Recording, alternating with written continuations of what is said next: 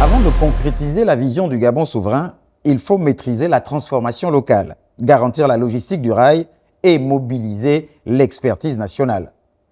Dans cet épisode, nous donnons la parole à 3 acteurs essentiels qui matérialisent cette politique sur le terrain, engagés pour faire du Gabon un leader de l'industrie du manganèse transformé à l'horizon 2029.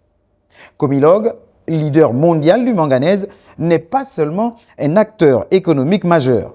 C'est le pilier de l'ambition gabonaise de transformation. L'entreprise a déjà une longueur d'avance en matière de ferro-alliage, mais l'échéance 2029 exige plus.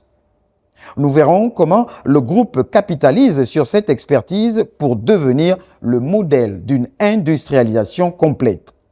Quelles nouvelles filières à haute valeur ajoutée sont donc explorées et surtout, comment Comilog garantit la pérennité de son leadership en retenant le précieux talent gabonais face à la concurrence mondiale. Au sein de la direction de la transformation métallurgique, nous avons 2 usines, le complexe industriel de Mwanda et le complexe métallurgique de Mwanda. Respectivement, on y produit de l'hydrométal et de l'aggloméré de manganèse. Ces produits qui sont stratégiques sont expédiés vers nos clients. Nous produisons également du silico-manganèse, un alliage concentré de manganèse, et du MNO, un oxyde de manganèse, également pour nos clients à l'international. Enfin, je terminerai avec le point qui concerne le marché. Sur le marché, on n'a pas la main sur le marché puisqu'il est lié à l'activité internationale. Par contre, on peut surveiller la fluctuation des prix pour que nos activités ne soient pas tendues lorsque les prix du marché sont à la baisse et regarder comment nos coûts de maintenance et d'opération ne deviennent pas critiques par rapport à ces prix des métaux à l'international. Donc, c'est ce qui est important à souligner dans ce cadre-là. Pour capitaliser cette expérience sur le plan national, il faut prendre en compte, comme je disais tout à l'heure, plusieurs pôles. On avait déjà évoqué le pôle minerai, la disponibilité du minerai, donc on va transformer. Le flux du minerai, il faut prendre en compte du point de départ au point d'arrivée sur la chaîne logistique. Prendre en compte également, dans ce cadre-là, le flux des matières complémentaires, les réactifs. Donc, ces flux-là, c'est également de la logistique. Optimiser les départs et les arrivées et les pertes, c'est très important, pour limiter les pertes. Et travailler également sur ce qu'on appelle des réactifs alternatifs. Par exemple, pour le cas du coke, qui est le réducteur dans les fours, regarder dans quelle mesure on peut le substituer par des matériaux qui sont locaux. Par exemple, le charbon de bois, dans une certaine mesure, de façon durable et maîtrisée, puisque le charbon de bois aujourd'hui, et même en international, permet de remplacer partiellement le coke, et ce qui permet de diminuer les coûts et qui peut aussi rentrer dans la balance des émissions de CO2. Il faut regarder également comment le bassin industriel alimente et s'ajuste avec les équipes de maintenance qui accompagnent la montée en compétences et la montée de la transformation. Ça, c'est très important puisque les métiers qui sont associés à ces équipements vont être plus critiques, puisque sollicitent et font appel à des énergies plus importantes. Les fours de calcination qui vont jusqu'à 950 degrés, les fours pyrométallurgiques qui vont jusqu'à 1600 degrés en pointe, et donc exigent que nos façons de maintenir les équipements soient revisitées. Mais on n'est pas tout seul, puisque le groupe Eramet, en son sein, regroupe une expertise assez fournie et complexe sur ces métiers-là. Donc, cet accompagnement va permettre d'aller plus loin dans la transformation et également dans les volumes à transformer. Aujourd'hui, les unités de la DTM, que sont le MNO, ont des capacités autour de 50 000, donc atteindre 50 000. Aujourd'hui, on est encore un peu plus bas, mais on peut aller plus loin. Les foules de silico-manganèse qui aujourd'hui sont autour de 40 000 peuvent aller jusqu'à 60 000. Donc, ces perspectives d'augmentation nécessitent, comme j'ai dit tout à l'heure, des équipes qui sont compétentes, un bassin de maintenance qui soit plus adapté, mais également des investissements qui vont accompagner cette montée. Et je terminerai en disant que l'étude du positionnement des usines va être stratégique, mais là, on ne peut pas répondre assez facilement puisqu'il faut étudier la question et regarder comment les infrastructures se positionnent par rapport au flux des minerais, au flux des matières complémentaires et aux expéditions vers les clients. Ce qu'il faut avoir à l'esprit, c'est que Comilog transforme depuis 25 ans bientôt. Comilog transforme déjà au CIM depuis les années 2000 et au C2M depuis 2015. Donc pour nous, il ne s'agit pas nécessairement d'une question d'anticipation, il s'agit d'une question de démultiplication. Lorsque nous avons monté le CIM puis le C2M, nous avons formé du personnel local, du personnel gabonais à tous les niveaux de l'entreprise par différents programmes, des formations qui se sont faites ici à Mwanda, des formations qui se sont faites à l'étranger, notamment en France ou en Chine. Et depuis 2015, nous avons l'avantage que l'écosystème autour de nous a grandi. Nous nous sommes dotés d'une école de renommée africaine, l'école des mines et de la métallurgie. Nous avons toujours eu l'Université des sciences et techniques de Masuku. Et nous avons, depuis quelques années, des centres de formation sur le territoire national. L'enjeu pour nous va être de créer des synergies entre les ressources qui existent déjà sur le territoire national et dans la province du Haut-Ogooué pour démultiplier dans ces métiers qui seront fondateurs en s'appuyant sur les connaissances que nos collègues gabonais ont acquis depuis bientôt 25 ans au service de la transformation des minerais au Gabon.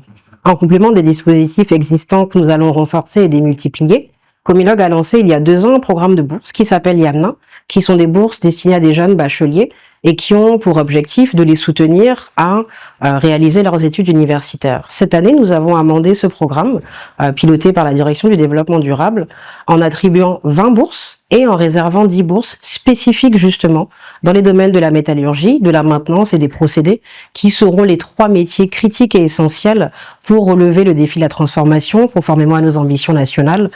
Ces bourses seront attribuées d'ici la fin de l'année pour pouvoir à des techniciens supérieurs et des ingénieurs d'aller justement compléter, acquérir les compétences qui leur sont nécessaires pour cette ambition. Aujourd'hui, la Comilog intègre les PME locales dans toute sa chaîne de valeur. Quand je dis intègre, c'est qu'aujourd'hui, elle contribue à notre performance opérationnelle. Nous avons les PME gabonaises au niveau de notre activité d'extraction sur la partie sur nos mines. Nous travaillons déjà avec les entreprises gabonaises. Nous avons également les PME gabonaises dans nos usines, que ce soit les métiers de fourniture de maintenance électrique, nettoyage industriel, au niveau du transport et l'embarquement. Donc les PME gabonaises sont 100% intégrées dans notre chaîne de valeur. Je ne parle pas des services support, des télécoms, des achats, de la logistique. Elles sont déjà dans notre business.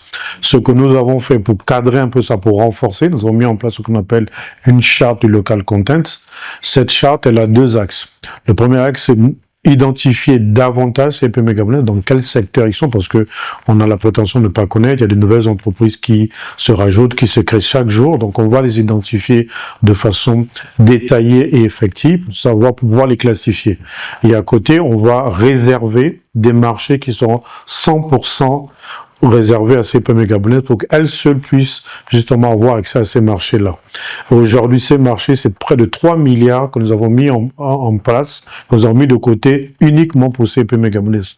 En dehors de ces 3 milliards, bien entendu, les PME gabonaises ont le droit, ont l'occasion de se mettre en concurrence avec d'autres entreprises. Donc, vous voyez bien que dans notre activité, dans notre gestion qu'on a de business, on réserve une part aux PME locales et on va continuer de s'agrandir. Dans le cadre de notre volet RSE, notamment en termes de diversification économique, là aussi, nous avons créé, nous avons accompagné avec nos partenaires microfinance.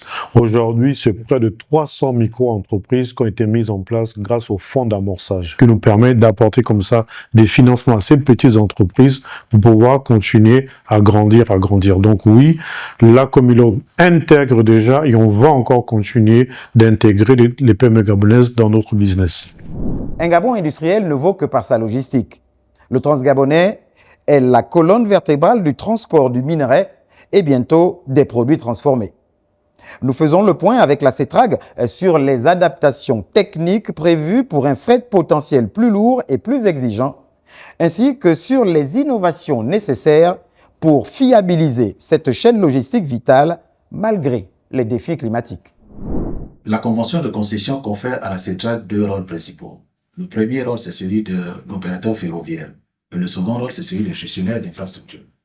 Dans le rôle d'opérateur ferroviaire, la CETRAG assure le transport du fret hors minier et le désenclavement des populations à travers le transport des passagers.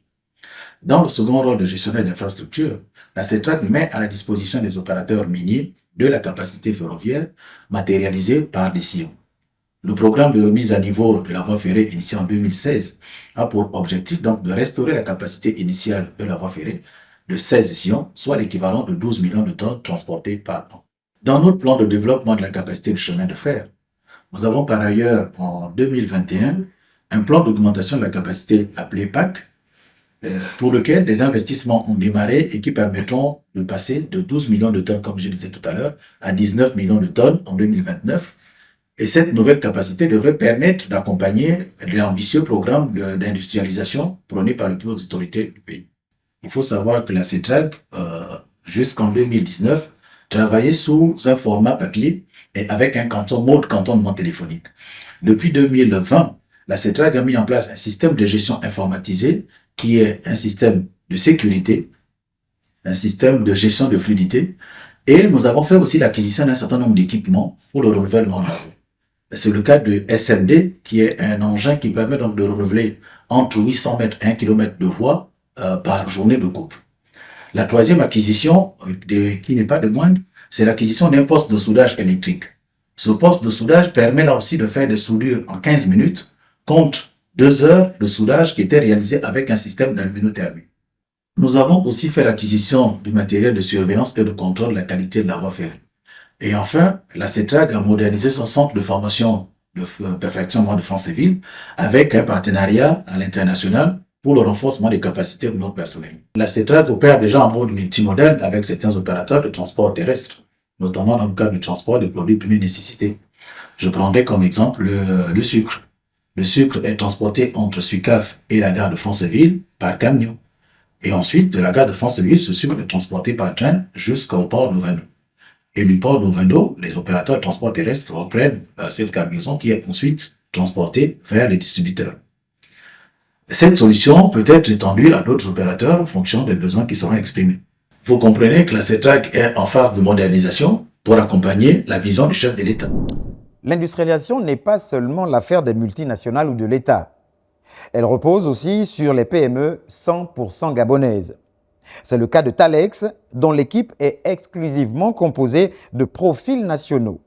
Un des responsables de la structure nous éclaire sur leur contribution concrète sur le terrain, leur montée en compétences dans les métiers techniques et leur vision pour prouver que l'expertise nationale est prête à prendre le relais de la souveraineté industrielle. Thalex incarne la preuve que l'expertise locale peut apporter des solutions concrètes et techniques aux besoins du secteur minier gabonais. Nos équipes sont essentielles à 100% composées de Gabonais, d'ingénieurs miniers, de techniciens et d'autres profils formés au métier des mines, localement et à l'international. Alors c'est pour nous une fierté. Cela vient mettre en lumière ou encore balayer du revers de la main les stéréotypes selon lesquels il n'y a pas de compétences localement. Et c'est surtout pour nous une façon de montrer que localement, on peut avoir de bons techniciens, on peut avoir de bons profils et arriver au même résultat que si on prenait une expertise à l'international. Nous avons récemment, sinon dernièrement, mis en place un partenariat avec l'école des mines et de la métallurgie de Mwanda. Et ce qui vient d'ailleurs confirmer le fait que je vous dise aujourd'hui qu'effectivement, il y a du potentiel, il y a énormément de profils, de techniques gabonais et formés sur le territoire national et à l'international également. Ce qui garantit pour Thalex le fait de s'intéresser aux profils locaux, c'est que ces profils-là, en les mettant sur le terrain, nous garantissent une connaissance de l'environnement, une connaissance du cadre réglementaire et une connaissance parfaite des techniques et des attentes du gouvernement en matière de gouvernance minière. Le Gabon s'est fixé un objectif majeur, interdire l'exportation de manganèse brut à l'échéance 2029. Le but est de renforcer la souveraineté industrielle du pays en favorisant la transformation locale du minerai, créer de la richesse et de l'emploi sur le territoire national. Rendez-vous ce soir, juste après le journal de 20h dans Gouvactu le Mag, et c'est sur Gabon Première.